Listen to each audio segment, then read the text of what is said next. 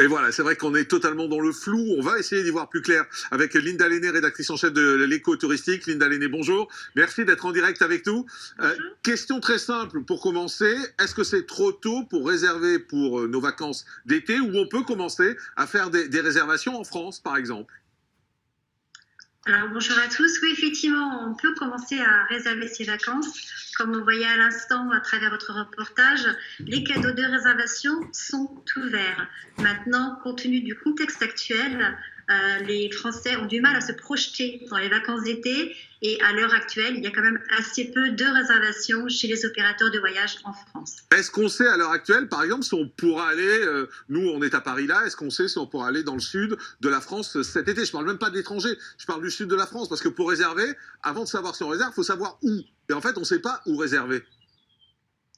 Alors aujourd'hui, c'est encore difficile de savoir si on pourra se rendre dans le sud de la France.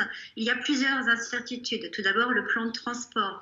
À partir du 11 mai, nous aurons un plan de transport un peu plus explicite qu'aujourd'hui. On sait qu'Air France va prochainement rouvrir certains vols. La SNCF va également monter en puissance petit à petit, courant mai, courant juin, courant juillet. Donc la première incertitude, elle est effectivement sur le transport. Concernant les hébergements, en ce moment même, les opérateurs mettent en place une norme sanitaire pour pouvoir respecter les gestes barrières.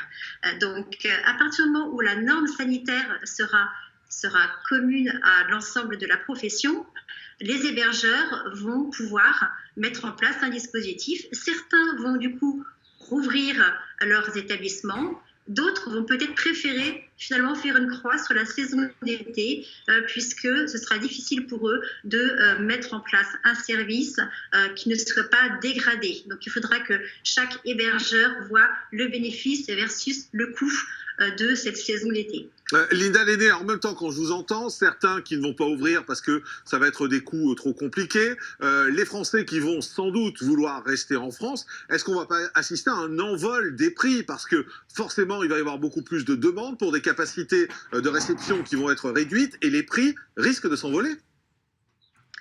Au niveau des tarifs, pour l'instant, ce qu'on voit sur le marché, c'est qu'il y a quelques promotions qui sont là pour essayer de donner envie de partir en vacances. Au cours de la saison, on verra si les Français sont au rendez-vous, s'ils réservent effectivement leurs vacances dans les hébergements marchands. Ce qu'on devine d'ores et déjà, c'est que, compte tenu du contexte, un certain nombre de nos compatriotes choisiront de partir dans les hébergements non marchands, chez des amis, dans la famille. Donc, il pourrait y avoir une envolée des prix, mais comme vous le savez, le contexte actuel est totalement inédit et il est difficile de faire des prévisions en termes de taux de remplissage et du coup de tarification. Oui, si j'ai bien compris, pour l'instant, les tarifs commencent à être intéressants parce que les lieux touristiques ont besoin d'amorcer la pompe, donc ils font des tarifs intéressants et puis après, ils vont voir comment ça marche. J'ai juste une dernière question rapide. Si aujourd'hui, je réserve des vacances pour cet été en France et que en juillet, par exemple, le gouvernement décide d'un reconfinement, parce qu'on sait que c'est ce qu'on appelle la théorie du stop and go, c'est quelque chose qui est possible, est-ce qu'à ce moment-là, je suis remboursé ou on n'en sait rien? Alors, c'est une très bonne question. Alors, on sait effectivement quelle serait la situation dans la mesure où il y a différents cas de figure. D'abord, supposons vous avez réservé un hébergement, un club de vacances, un camping, une location de voiture.